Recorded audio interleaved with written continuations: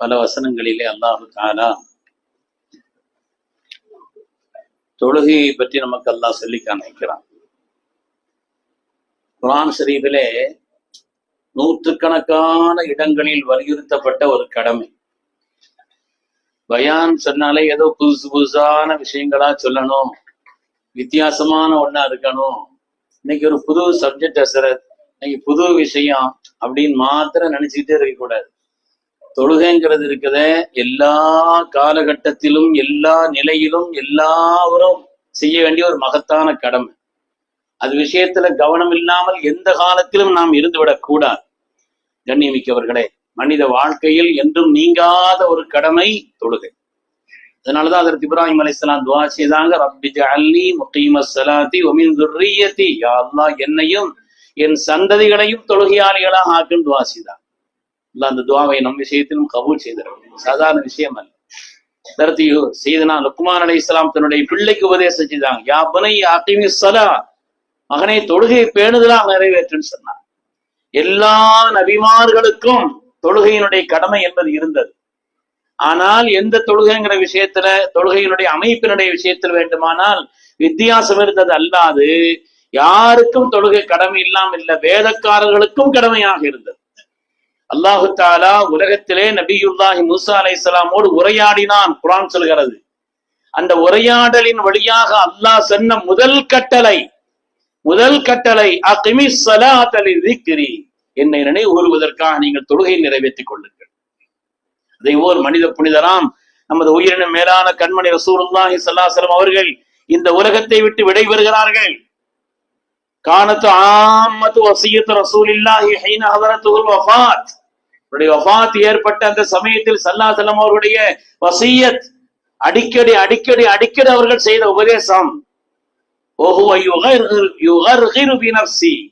அவங்களுக்கு அந்த நேரத்துல சக்கராத் இழுத்து கொண்டிருந்த அந்த கட்டத்திலே ஹஜ்ரத் ரசூலுல்லாஹி ஸல்லல்லாஹு அலைஹி வஸல்லம் நிலை எப்படி இருந்தது? அவருடைய அன்பு தோழரும் ஸல்லல்லாஹு அலைஹி வஸல்லம் ஹாதிமுமான ஹஜ்ரத் சையதுனா அனஸ் ரலியல்லாஹு அன்ஹு சொல்கிறார்கள், நான் ஸல்லல்லாஹு அலைஹி வஸல்லம் காது கிட்ட வச்சு என்னுடைய காதை கொடுத்து கேட்டேன்.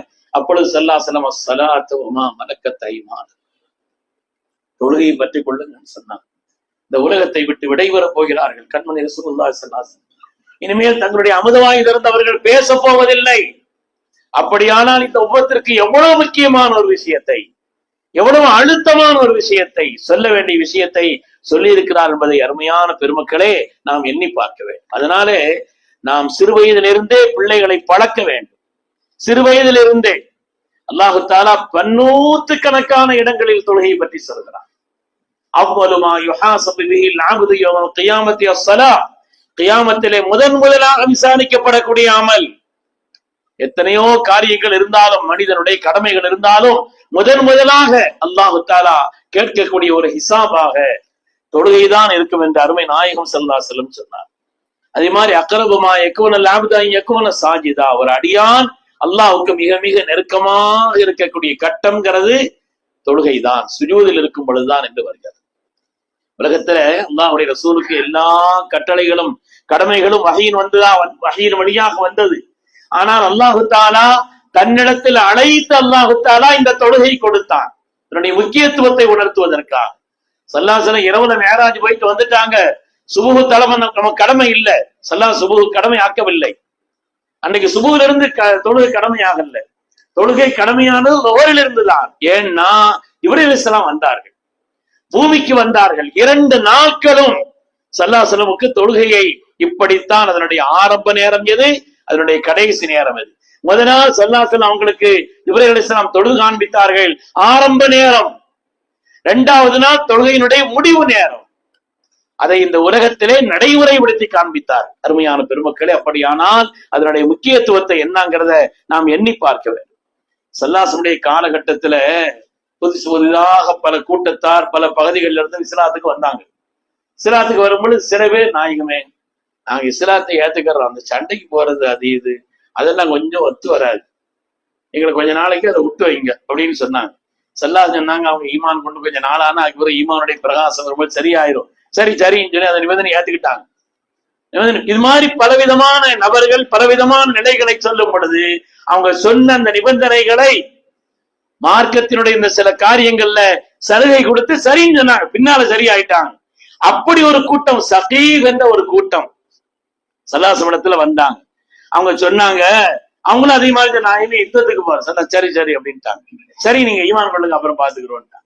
அது மாதிரி பலதையும் சொன்ன நேரத்திலே அவங்க சொன்னாங்க, இந்த ருக்கு சுஜூத் செய்யறது தொழுகைகளுக்கு கொஞ்சம் அந்த அளவுக்கு ஒத்து வரலன்னு சொன்னாங்க. தொழுகை எங்களுக்கு அந்த அளவுக்கு ஒத்து வரலன்னு சொன்னாங்க. சொன்னாங்க, லா கைர ஃபீ தீனின் லைஸ ஃபீஹி ருக்கூஅன் வலா சுஜூதுன். ருக்கு சுஜூத் இல்லாத இந்த தீனில் எந்த கைரும் இல்லை, அப்படியானால் நீங்க ஈமான் கொள்ள வேண்டியதில்லை என்றார். என்றால் அதனுடைய முக்கியத்துவம் என்ன என்பதை பெருமக்களை நாம் உணர வேண்டும். ஏதோ அடிக்கடி நம்ம செய்யறோங்கிற காரணத்தினால் அதனுடைய முக்கியத்துவம் குறைந்து விடாது. மூச்சு காத்து இல்லாம மூச்சு விட முடியாது. அதனால அதனுடைய முக்கியத்துவத்தை உணராமல் இருக்க முடியுமா? அது எவ்வளவு முக்கியத்துவமானது. அது மாதிரி தொழுகைங்கிறது இந்த தீனிலே அதற்குண்டான முக்கியத்துவம்ங்கிறது சாதாரணமானது. அதிசயம் பிறப்பதற்கு ஈசா அலைஹிஸ்ஸலாம் உலகத்துல அதிசயமா பிறந்தாங்க. தகப்பனார் இல்லாமல் அல்லாஹ் தஆலா அதிசயமா உலகத்தில் பிறக்க வைத்தான். தாயின் மீது சந்தேகப்பட்டார்கள். நீண்ட வரலாறு, குர்ஆனுடைய வரலாறு. அதற்கு செய்தனா மரியம் அலைஹிஸ்ஸலாம் அவர்கள் பிள்ளையை தான் காமிச்சாங்க. வகான ஃபில் மஹதி சபியா, தொட்டுள்ள இருந்தாங்க புள்ள. இந்த பிள்ளைகிட்ட கேளுங்கன்னாங்க. குர்ஆன் சொல்கிறது, அந்த நேரத்தில் பிள்ளை தொட்டிலே இருந்த நேரத்தில் அவர்கள் வாய் திறந்து பேசினார்கள். கால இன்னி அப்துல்லாஹ், நான் அல்லாஹ்வுடைய அடிமை, அல்லாஹ் எனக்கு வேதத்தையும் என்னை நபியாக ஆக்கி இருக்கிறான் என்று சொல்லிவிட்டு சொன்னாங்க, வா உஸானி பிஸ்ஸலாஹ், தொழுகையை கொண்டு அல்லாஹ் எனக்கு வசியத்து செய்திருக்கிறான். தொழுகை கொண்டும் ஜகாத்தை கொண்டும் மாதும் துஹய்யா, நான் ஹயாத்தாக இருக்கும் வரை, நான் ஹயாத்தாக இருக்கும் வரை என்றால் உலகத்தில் அதிசயமாக பேசிய ஹதரத் சய்யிதுனா ஈசா அலைஹிஸ்ஸலாமுடைய அந்த பேச்சினுடைய வார்த்தையும் மார்க்கத்தினுடைய அடிப்படை கடமையாக இருந்தது என்பதை பார்க்கிறோம். தொழுகைன்னு சொன்னாலே சலாத்துங்கிற வார்த்தை, சலாத்துன்னா சிலத்திலிருந்து வந்ததுன்னு சொல்லுவாங்க. சிலத்தின சேருதல், இணையுதல். சிலத்தின் பைனல் ஆப்தி வரப்பி, அடியானுக்கும் அல்லாஹ்வுக்கும் மத்தியில் உண்டான இணைப்பு அதுதான் சொல்லுவாங்க. அல்லாஹ்வுக்கும் அடியானுக்கும் மத்தியிலே உண்டான இணைப்பு அதுதான். எல்லா மேன்மைகளையும் அல்லாஹ் அதுலதான் வச்சிருக்கிறான். எல்லாத்தையும் விசாலமான ரிஸ்க் வேணுமா, வஅமுர் அஹ்லக பிஸ்ஸலாத்தி வஸ்தபிர் அலைஹா லா நஸ்அலுக ரிஸ்கா, நாயகமே தாங்கள் தொழுகையினுடைய அந்த காரியத்திலே மக்களை ஏவுங்கள், அதில் நிலையாக இருங்கள். லா நஸ்அலுக ரிஸ்கா, நாம ரிஸ்க உங்கள்கிட்ட கேட்கல, நஹனு நர்சுக்கும், நாம் உங்களுக்கு கொடுக்கிறோம் என்று அல்லாஹ் தஆலா சொல்றார். நாம் கொடுக்கிறோம் என்றால் ஃபைன்னல்லாஹ் யஅதி பிர்ரிஸ்கி மின் ஹைது லா தஹ்தஸிப், யார் தொழுகை பேணுதலா இருக்கிறார்களோ அறியாத விதத்தில் எல்லாம் அல்லாஹ் ரிஸ்கை கொடுப்பான் எழுதுறான். அறியாத விதத்தில் அல்லாஹ் கொடுப்பான். அருமையானவர்களே, தொழுகையினுடைய விஷயத்தில் உம்மத்தினுடைய பொடுவோக்கு எப்பொழுது ஆரம்பித்ததோ ஒவ்வொரு பக்த தொழுகையினுடைய சிறப்பும் சொல்லப்பட்டிருக்கு. ஃபஜ்ர்ல இருந்து, லுஹர்ல இருந்து, அஸர்ல இருந்து, மக்ரிபில இருந்து, இஷாவுல இருந்து, தஹஜ்ஜுதுல இருந்து, துஹாவுல இருந்து எல்லா தொழுகைகளுடைய மகத்துவத்தை பற்றியும் சொல்ல காட்டப்பட்டிருக்காரு. ஸல்லல்லாஹு அலைஹி வஸல்லம் வான்மண்டலத்தை ஏறிட்டு பார்க்கிறார்கள். நட்சத்திரங்கள் பிரகாசித்து இருந்தது. அந்த நேரத்தில் பூரணமான 14ஆம் நாள் இரவு. ஸல்லல்லாஹு சொன்னாங்க, கியாமத்தினுடைய நாளையில் முஃமின்கள் எல்லோரும் ரப்பை சந்திப்பார்கள். இந்த லைலத்துல் பத்ரில் நாம் அதை பிரகாசமாக பார்ப்பதை போலன்னு சொன்னாங்க. நாயகமே, யாருக்கு அந்த பாக்கியம் கிடைக்கும்னு சொல்லி கேட்டாங்க. பலவிதமான ஹதீஸ்கள் வருகிறது. ஒரு கட்டத்தில் ரசூல் சொன்னாங்க, யாரு சுபஹையும் அஸரையும் பேணுதலாக தொழுகிறார்களோ, அவங்க எதுல கொஞ்சம் சிரமம் இருக்குமோ அது விஷயத்துல கொஞ்சம் கூடுதல் கவனம் இருக்க வேண்டும் என்பதைத்தான் ஹதரத் ரசூலுல்லாஹி ஸல்லல்லாஹு அலைஹி வஸல்லம் அவங்க உணர்த்தி காமிக்கிறான். அருமையானவர்களே, தொழுகை மாத்திரை இந்த உம்மத்திடத்திலே வலிமையாக இருந்தது என்று சொன்னால் அதனால் கிடைக்கக்கூடிய பலன்கள் சாதாரணமானது. எதிரிகள் மிகைக்கிறாங்கன்னா தொழுகையில கவனக்குறைவுன்னு அர்த்தம். அதாவது ஸல்லல்லாஹு அலைஹி வஸல்லம் அவங்களுடைய காலகட்டத்தில் அபூஜஹில் வெளிநாடுகளுக்கு போய் சம்பாதிக்கிறதுக்காக போனான். நிறைய சம்பாத்தியம், துட்டு 4 காசு கூட வரும்போது சில பேருக்கு திமிரும் சேர்ந்து வரும். அந்த அடிப்படையில கொஞ்சம் பொருளாதாரத்தினுடைய வலிமை வந்த நேரத்திலே அல்லாஹ் சொல்கிறான், இன்னல் இன்சான லயத்கா அர்ரா உஸ்தக்னா, கொஞ்சம் பணம் கூடுதல் வந்த காரணத்தினால அழிச்சாட்டியம் செய்து நடந்தான். அல்லாஹ் சொல்கிறான் அழிச்சாட்டியம். அழிச்சாத்தினுடைய உச்சமா என்ன நடந்துச்சுன்னா மக்காவுல அதுவரை சஹாபாக்கள் தொழுகிறது தான் தடுத்துக்கிட்டு இருந்தாங்க. இவன் வந்த உடனே ரசூல் தான் தொழக்கூடாதுன்ட்டான். ஹரம்ல ரசூலும் தொழக்கூடாதுன்னு உத்தரவிட்டான். அந்த நேரத்தில் தான் அல்லாஹு தஆலா சொன்னான், நாயகமே, தாங்கள் அவங்கள பத்தி பொருட்படுத்தாதீங்க, அவர்களை பற்றி பொருட்படுத்தாதீர்கள். நான் அதை பார்த்துக் கொள்கிறேன். ஆனால் நீங்கள் செய்ய வேண்டிய வேலை வஸ்ஜுது வக்தரில், நீங்கள் சுஜூது செய்யுங்கள், ரப்பை நெருங்குங்கள், அவனை நான் பார்த்துக்கிறேன்ட்டார். அருமையானவர்களே, அன்னை ஆயிஷா ரலியல்லாஹு அன்ஹா சொல்கிறார்கள், இந்த ஆயத் இறங்கியதற்கு பின்னாலே அன்னை ஆயிஷா நாயகி சொல்கிறார்கள், 18 மாதங்கள் தான் இந்த ஆயத் இறங்கிய பிறகு முஸ்லிம்கள் தஹஜ்ஜுதை பேணுதலாக தொழுதார்கள். அவர்கள் சின்னாபின்னமாகிவிட்டார், பத்ர்ல சின்னாபின்னமாகிவிட்டார். 18 மாதங்களுடைய தொழுகையின் பேணுதல் அவர்களை இல்லாமல் ஆக்கிவிட்டதுன்னு சொல்றாங்க. அதனால இது மாதிரி ஹஜ்ரத் மூசா அலைஹிஸ்ஸலாம் இன்னைக்குள்ள சில பிராவன்களுக்கு அன்னைக்கு சில பிராவன் இருந்தான். மூசா அலைஹிஸ்ஸலாம் கேட்டாங்க, ரப்பே அநியாயம் பண்றானு, என்ன அநியாயம் பண்றான், இந்த அநியாயத்தை நாங்க சகிச்சுக்கிட்டு வேண்டியது இருக்குது ரப்பனா சொல்லி கேட்டாங்க. அவங்க கேட்கும் பொழுது அல்லாஹ் சொன்னா, வஹைனா இலா மூசா வஅഖீஹி அன் தபவ்வா லிஸ்ரிக்மா வஜஅலு புயூதக்கும் கிப்லத்தன் வஅகீமுஸ் ஸலாத். அல்லாஹ் சொன்னான்.